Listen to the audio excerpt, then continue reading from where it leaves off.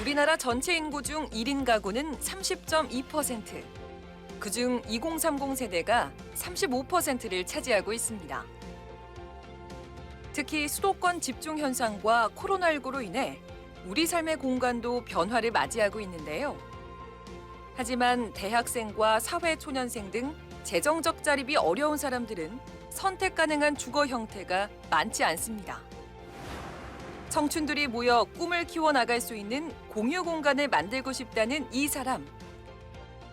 조강태 대표와 함께 이야기 나눠봅니다. 예전에 대학생들이 하숙집에서 많이 모여서 북작북작 또 시끄럽게 응답하라 1994 드라마 내용처럼 그렇게 살았던 것처럼 요즘 이 공유 주거 시스템을 잘 만들어서 이걸 또 한번 보편화하면 어떨까 이런 생각들, 이야기들이 많이 나오고 있습니다. 네, 그래서 오늘은요 그 현장에 있는 조강태 대표님 모시고서 이야기를 나눠볼까 합니다. 대표님 어서 오세요. 어서 오십시오. 안녕하세요. 네. 반갑습니다. 조금 고급스럽게 이야기를 하는 건지 아니면 새로운 개념으로 나오는 것인지 코리빙 하우스다 이렇게 얘기를 하거든요. 네네. 코리빙이 어떤 개념입니까? 콜리빙은 이제 말 그대로 단어에 있는 것처럼 이제 가족이 아니라 완전 남남인 성인들이 함께 집이라는 공간을 공유하면서 사는 좀 새로운 주거 형태인데요. 네. 사실 말씀 주신 것처럼 그 뭐 룸쉐어라던가 룸메이트나 이런 것들이 새로운 개념은 아니거든요. 네네. 근데 이전에 있는 것들은 어떻게 보면 가족들이 사는 집을 완전 그 남남이 살도록 한 거예요. 그러다 보면 어쩔 수 없이 불편함이 생길 수 있는데 그렇죠. 완전히 남남이고 모르는 타인들이 함께 집이라는 걸 공유하면서도 네. 불편함이 없을 수 있도록 아예 처음부터 새로 디자인한 네네. 새로운 좀 주거 형태라고 보시면 될 것 같아요. 보통 요즘 젊은 사람들 특징이 남하고 어울린다던가 아니면 각자 혼자의 프라이빗한 그런 삶을 즐기고 싶어 한다 이런 경향들이 있다고 하는데 오히려 네, 또 네. 코리빙이라는 말이 잘 요즘 세태하고는 안 맞을 것 같기도 해요. 그러니까 이게 꼭 젊은 세대만의 문제는 아닌 것 같아요. 예. 누구나 제일 좋은 주거의 형태는 여유롭고 네.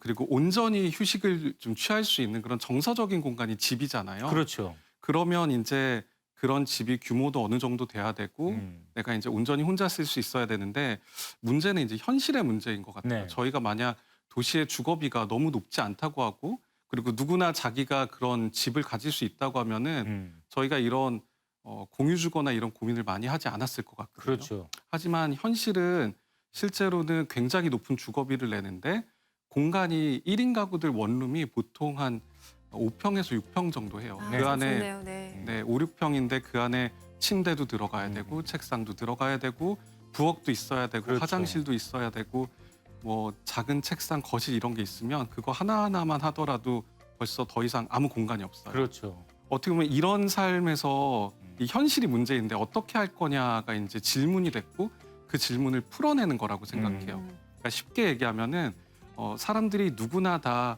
뭐 5평, 6평 정도 되는 원룸에 살고 있는데 네. 거기서 한 평씩을 덜어낸다고 생각을 하는 거죠. 이게 집 하나일 때는 이제 굉장히 작은데 그냥 400명, 500명이 같이 살아요. 아 400명에서 네. 500명. 그러면 그 한 평들을 덜어낸 게 500평이 되거든요. 그럼 그 500평 안에서는 어떤 일들이 벌어지냐면은 그 가족을 위한 집에서는 거실이나 부엌이 이제 공유 공간이잖아요. 그렇죠. 근데 500평의 공유 공간이 있다고 상상을 해보면 집안에 이제 굉장히 멋있는 루프탑 테라스가 있고 거기에 자쿠지가 있을 수도 예. 있어요. 바베큐를 할 수도 있고 그리고 집안에 시네마룸이 있고 그리고 피트니스를 할 수 있는 짐이 있고 홈 트레이닝을 할 수 있고 이런 수많은 공간들을 쓰게 된다고 상상을 해보면 내 방은 조금 작을 수 있어요. 네. 근데 함께 쓰는 훨씬 좋은 공간이 있는 거죠. 이렇게 생각해 보면은 아까 말씀 주신 것처럼 내가 넓은 공간을 가질 수 있으면 제일 좋은데 예. 그렇지 못하다고 하면은 집에서 가족들이랑 같이 살 때처럼 내 방은 조금 작은데 네. 나머지 공간을 내가 누릴 수 없는 훨씬 쾌적한 공간으로 누리고 그리고 공유를 하기 때문에 비용도 좀 합리적이고요. 이런 것들이 가능해진다고 보시면 됩니다. 보통 사람들이 밥 먹는 시간도 비슷하고 또 네, 저녁 때 퇴근해서 네네. 쉬는 시간도 비슷하고 이럴 때 그 300명, 500명이 같은 곳에 이렇게 모이면은 그 네. 의미가 없을 수도 있을 것 같은데. 맞아요. 되게 좋은 질문이신데요. 예. 예. 어떻게 보면은 지금 선진국에서 이런 산업이 거의 매년 4배씩 성장하면서 아하. 폭발적으로 크고 있는데 예. 거기서 하는 제일 중요한 게 뭐냐면은 함께 공유하기 때문에 불편함이 생기거든요. 그렇죠. 그럼 이 불편함을 어떻게 해소할까인데 예를 들면은 테크를 활용할 수도 있는 거죠. 지금 어느 공용 공간에 네. 얼마나 사람들이 쓰고 있고 예를 들면 뭐 빨래를 해야 된다고 하면은 네. 빨래가 뭐 어떤 그 기계가 돌아가고 있고 어떤 게 비어 있고 이런 것들을 다 아하. 확인한다고 하면은 네. 제가 원하는 시간에 원하는 곳을 쓸 수 있는 거를 움직이기 전에 미리 다 예측할 수가 있거든요. 그리고 동시에 이거를 만드는 입장에서는 네. 사람들이 어떤 공용공간을 얼마나 잘 쓰는지를 모든 걸 다 데이터로 만들 수가 있어요. 아하. 그러면 이걸 그냥 머리로 생각해서 하는 네. 게 아니라 정말 사람들이 잘 쓸 수 있는 거, 필요한 건 더 만들면 되고 덜 쓰는 건 줄이면 네. 되거든요. 이런 것들을 다 할 수 있기 때문에 공간을 함께 쓰는 불편함이 있지만 그걸 해결해내는 게 이제 아마 이 산업에 있는 사람들이 풀어야 될 숙제 아닐까라고 생각합니다. 우리는 사실 어르신들 입장에서는 하숙집이 좀 익숙하고 그쵸. 뭐 젊은 사람 네, 입장에서는 이제 네. 좀 더 발전된 형태인 쉐어하우스가 네, 익숙한 네, 네, 상황인데 네네. 이 코리빙이라는 게 지금 외국에서는 굉장히 좀 보편화되고 맞아요. 있다고 예, 들었거든요. 맞습니다. 맞습니까? 맞습니다. 그러니까 콜리빙이 네. 그러니까 콜리빙이 공유를 하잖아요. 그럼 그렇죠. 저도 생각할 때는 사람들이 공유하는 게 뭔가 불편해요. 근데 그럼에도 불구하고 이런 콜리빙이라는 게 생기는 거는 네. 그 높은 주거비 때문에 그래요. 음흠. 정말 높은 아. 주거비고 네. 이 높은 주거비는 우리나라뿐만 아니라 전 세계 주요 도시에 다 문제예요. 그래서 이 콜리빙 하우스라는 게 네. 가장 먼저 나온 게 이제 영국의 런던이고요. 영국. 어허. 그 다음에 유럽의 주요 도시로 다 퍼져나가고 있고 미국에도 뉴욕부터 시작해서 뉴욕, LA, 샌프란시스코 이렇게 주거비가 높은 주요 도시에 굉장히 빠르게 확산 중입니다. 뭐 제 세대 때는 하숙하는 친구들이 상당히 많았어요. 지방에서 학교 올라와서 다니고 네네. 이런 친구들이 지금도 얘기하는 게 하숙집 때 친구들, 예전에 선배, 후배 네네. 이게 하나의 또 커뮤니티, 일생을 살아가는 같은 네네. 커뮤니티가 됐다 이런 얘기를 하거든요. 네네. 그런 의미에서 봤었을 때는 코리빙 하우스라는 개념도 커뮤니티를 형성할 수도 있을 것 같다. 뭐 이런 문화가 실제로 존재합니까? 존재합니다. 네. 사실은 가장 큰 그 가치라고 생각해요. 그 여기 이 공유주거 콜리빙 네. 하우스에 오시는 분들이 기대하시는 것들이 있는데 예. 그게 시설만에 있지는 않은 것 같아요. 여기에 말씀 주신 것처럼 사회초년생 때가 어떻게 보면 가장 고민이 많고 다른 사람이 어떻게 살지 궁금한 그런 시기잖아요. 예. 그런 때 그 고민을 같이 하고 그 나만 그렇지 않아라는 네. 어떤 서로 간의 정서적인 그런 안정감도 생기는 것 같아요. 실제로 이런 산업에서 콜리빙 하우스에 계시는 분들을 보면은 너무 강하게 매일 뭔가를 하지 않더라도 네. 내가 옆에 누군가가 있다는 것만으로도 굉장히 안심을 하신대요. 그게 비교를 해보면 지금 현재 있는 원룸이나 오피스텔을 보면은 오피스텔도 뭐 시설은 좋을 수 있는데 좁은 복도를 지나가지고 네네. 들어가는데 그렇죠. 옆에 누가 사는지도 모르고 굉장히 네. 불안하고 외롭다는 얘기를 하시는데 여기는 그 사람들을 공용공간에서 마주치기 때문에 누군지 얼굴이 있고 그리고 안심이 된다고 하시더라고요. 네네. 그리고 원룸이나 이런 거보다 저희 아마도 이런 그 저희처럼 공유주거하는 분들은 시설이 굉장히 클 거예요. 네. 그러면 대로변에 교통편이 좋기 때문에 또 안전한 거를 굉장히 중요하게 생각하시는 분들도 많이 계세요. 지금 실제로 코리빙 하우스를 운영을 해보시니까 이 1인 세대, 젊은 1인 세대의 특징은 뭐라고 요약할 수 있겠습니까? 자기다움을 찾는 것. 어허. 너무나 많은 개성이 있고 네. 너무나 많은 길들이 있고 가능성들이 있기 때문에 그 안에서 이전 세대는 조금만 참고 남들이 살라는 대로 살면은 뭔가 보상이 있을 거야라고 얘기를 했었는데 네. 실제로 지금은 즉각적으로 내가 원하는 거를 잘한다고 하면은 네. 그 안에서 두각을 나타낼 수도 있고 그리고 이전의 세대가 얘기한 것처럼 남들이 살라는 게 좋은 결과가 보장되는 것만은 아니라는 것을 안다고 생각해요. 네. 그래서 지금은 오히려 굉장히 많은 개성 안에서 정말 나는 누구지? 그래서 나를 찾으려는 그런 생각들이 굉장히 많으신 것 같고요. 그렇기 때문에 내가 온전히 혼자일 땐 혼자일 수 있는데 또 그렇다고 외롭고 싶진 않거든요. 아하. 그래서 적당한 타인과의 관계 안에서 적당한 그 느슨함 안에서 네. 언제든지 모일 수 있다고 하면 또 모일 수 있는 이런 행동들이 실제로 많이 보이는 것 같아요. 코리빙 하우스는 그러면은 뭐 여쭤보자면은 혹시 뭐 전세 제도로 네. 운영이 되는 건가요? 월세 제도로 좀 운영이 되는 건가요? 월세에 가깝다라고 생각을 해요. 그래서 보증금을 좀 오히려 더 낮추고 이제 월세 중심으로 하게 되는데 최근에는 이런 보증금을 높이고 오히려 그 비용을 좀 낮추는 이런 것도 그 네. 많은 인센티브나 정부의 정책 같은 것들이 있는 것 같아요. 그래서 이런 걸 활용하는 그런 경우도 많이 있는 것 같습니다. 입주민이 2030 세대면 말씀하셨다시피 이제 목돈이 많이 필요한 세대잖아요. 뭐 결혼도 네네. 해야 네, 되고 네. 아이도 키워야 네, 되니까요. 혹시 월세에 대한 뭐 부담감이라든지 그런 거는 좀 느껴진 바가 없으신가요? 많이 느낍니다. 어허. 월세에 대한 거는 굉장히 큰 부담인 건 사실인 것 같아요. 네. 공유주거에 사시는 분들은 대부분 사회초년생이고 20대 후반에서 30대 분들이 대부분이세요. 그런데 이분들이 실질적으로 소득이 얼마나 될까를 생각을 해보면 네. 소득이 그렇게 높다고는 생각하지 않아요. 네. 근데 지금 서울에 있는 원룸의 실질적인 평균 가격이 한 55만 원에서 65만 원 사이로 알고 있거든요. 네. 네네네. 이 정도의 비용을 낸다는 거는 굉장히 많은 비용을 크게 내고 있다라고 생각해요. 근데 여전히 저는 큰 당위를 얘기하기 전에 현실을 돌아봐야 되는데 그러면 이 월세를 내지 않으려면 내가 집을 살 수 있어야 되거든요. 그렇죠.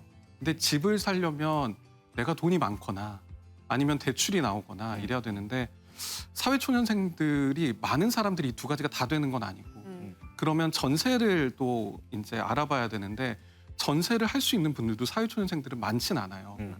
그렇다고 하면은 이거를 한 발 한 발 더 들어가 보면 굉장히 많은 분들은 어쩔 수 없이 이 월세라는 걸 내긴 내야 되는데 그리고 이게 어느 정도는 또 부동산 가격이 너무 높으니까 이 네. 월세가 자연스럽게 형성되는 게 있거든요.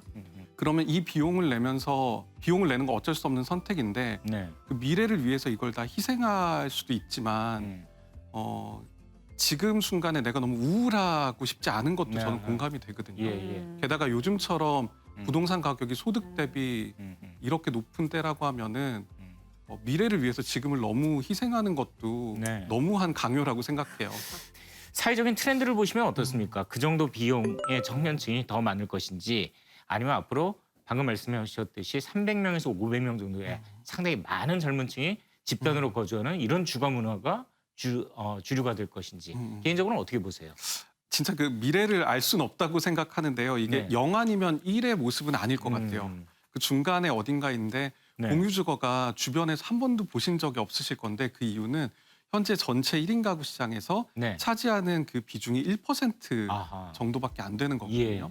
예. 네, 그러면 이게 1%가 뭐 80%, 90%가 된다기보다는 이런 모습이 한 20%, 30% 네. 정도로 늘어나서 그 처음 독립을 하는 나를 찾기 위해서 처음 독립하는 분들이 선택할 수 있는 그런 선택지가 될 거라고 생각을 하고요. 네.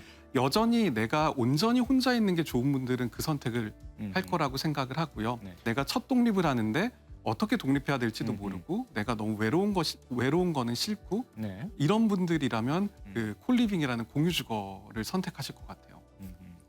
최근에 그 1인 가구 수가 늘어났다 하면서 정부에서 각종 부동산 대책을 많이 발표를 했어요. 네네. 집이 부족하다. 네네. 그래서 1인 가구 세대를 최대한 배려한 소규모 아파트를 많이 짓겠다. 이렇게 얘기를 했는데 뭐 이런 편의시설이 없는 그런 형태의 아파트들이 지어지고 있다는 거죠. 네네. 그런 부분에 있어서는 그런 게 정부가 니즈를 잘 모르는 겁니까? 아니면 규제로 묶여 있는 겁니까? 아마 필요한 거는 아실 수도 있어요. 해외 사례들이 많으니까. 예. 근데 규제가 너무 딱딱합니다. 그래서 규제로 묶여 있다고 생각하고요. 네. 그러니까 우리나라는 그 건축을 하려고 할 때 허가를 받아야 돼요. 허락받지 못하면 아예 시작을 못 하거든요. 네. 그럼 허락할 때 기준이 필요한데 이런 공유주거가 선진국처럼 만들 수 있는 그런 기준이 한국에는 없습니다. 아하. 예. 네, 그렇기 때문에 하고 싶어도 이게 잘 만들어지지 않는 상황입니다. 얼마 전에 그 이낙연 전 총리죠. 네. 총리 시절에 이야기를 했던 것이 오피스텔, 호텔 이제 네, 요즘 네, 손님이 네. 적은 호텔을 리모델링해서 1인 가구가 살 수 있게 그렇게 제공할 수 있다 이런 얘기도 했었는데 네, 맞습니다. 뭐 그런 얘기가 나왔으면 이미 법이 만들어진 거 아닙니까? 지금 만들어지는 과정 중에 있습니다. 예. 그래서 현재는 저희가 따를 수 있는 기준이 없는데요. 이런 예. 논의들을 작년부터 진행을 하고 있어요. 작년에 그 규제 샌드박스라고 해서 예. 네. 해외에선 가능한데 우리나라에서는 규제 때문에 안 되는 것. 근데 그 이유가 너무 타당하게 이제 명백히 안 되는 게 아니라 네. 해보지 않았기 때문에 안 되는 것들이 있거든요. 이런 것들을 그 규제를 완화하면서 시도해보자라는 것들이 있는데 네. 이런 논의를 작년부터 한 2년 정도 하고 있어요. 그래서 아마 내년이 되면은 우리나라에도 공유주거 시설을 할 수 있는 기준이 이제 마련이 될 것 같고요. 네. 만약 그런 기준이 마련된다고 하면은 지금 이제 말씀 주신 것처럼 사람들이 정말 필요로 하는 게 뭔지를 잘 관찰한 다음에 그 필요에 따라서 공간들을 굉장히 자유롭게 만들 수가 있게 됩니다. 규제 샌드박스라든지 뭐 스타트업에 또 관심이 많으신 분이 또 대한상공회의소에 지금 최태원 네네네. 회장님 아니시겠습니까? 네네. 올해 초에 만나셨다고 저희가 얘기를 들었는데 혹시 네. 뭐 지금 공유주택과 관련해서 좀 조언을 들으신 게 있으실까요? 어떠세요? 네네, 맞습니다. 아까 말씀드린 것처럼 규제에 묶여 있었어요. 네. 근데 규제 샌드박스라는 그런 제도를 대한상공회의소에서 이제 적극적으로 추진하고 계셨고요. 네. 그 공유 주거가 해외에선 되는데 우리나라에서 안 됐던 상황이에요. 그래서 이거를 우리나라만 왜 안 되는지 네. 이걸 좀 우리나라도 될 수 있게 규제를 열어주시면 안 될까 요청을 드렸고 네. 그 요청에 이제 대한상공회의소가 이제 응답을 해주시면서 이런 규제 샌드박스를 지원하고 그 다음에 실행하는데 굉장히 많은 도움을 주셨습니다. 참 새로운 공유 주거 형태를 좀 선보이고 계시고 이제 앞으로 우리나라 어떤 주거 환경도 좀 다변화가 되지 않을까 네. 하는 그런 또 기대도 네. 가져보는데 대표님께서는 앞으로 좀 어떤 목표를 갖고 계신지 마지막으로 네. 좀 한 말씀 부탁드리겠습니다. 개인적으로 생각하는 거는 주거라는 이 분야가 굉장히 그동안 딱딱했던 것 같아요. 근데 저희가 말씀 주신 것처럼 삶도 다변화가 되고 그 삶에서 갖고 있는 문제들이 있거든요. 예를 들면 사회초년생들이 도심 안에서 그런 안정적인 주거를 가져야 된다는 문제도 있고 네. 또 약간 액티브 시니어라고 많이 용어를 부르는데 네. 은퇴를 하시고 이제 자녀분들이 이제 다 출가를 하셔가지고 이제 혼자 살거나 이제 커플로만 살게 되시는 분들이 있는데 네. 고립되고 약간 외로움도 있는데 미래 소득이 되게 불투명하거든요. 네. 이런 부분도 문제지만 답이 없는 것 같아요. 이런 삶의 부분에서 굉장히 뚜렷한 문제가 있는데 이걸 탁월하게 풀어내는 대안이 없다라고 생각하는데 주거라는 수단을 통해서 그리고 비즈니스라는 수단을 통해서 이런 문제들을 좀 탁월하게 풀어낼 수 있는 네. 그런 일들을 하고 싶습니다. 이 공유 주거 시스템 사실 월 얼마씩 계속 내면서 내가 평생 네. 뭐 감당만 할 수 있고 뭐 거기 내 생활 주기에 맞춤형의 그런 형태의 주거 시설, 뭐 주거 문화만 있다면은 사회초년생, 신혼부부, 기러기 아빠 뭐 등등 아주 좀 따뜻한 보금자리 역할을 할 수 있지 않을까라는 생각을 해봅니다. 네, 대표님의 말씀은 여기까지 듣도록 하겠습니다. 오늘 고맙습니다. 네, 감사합니다.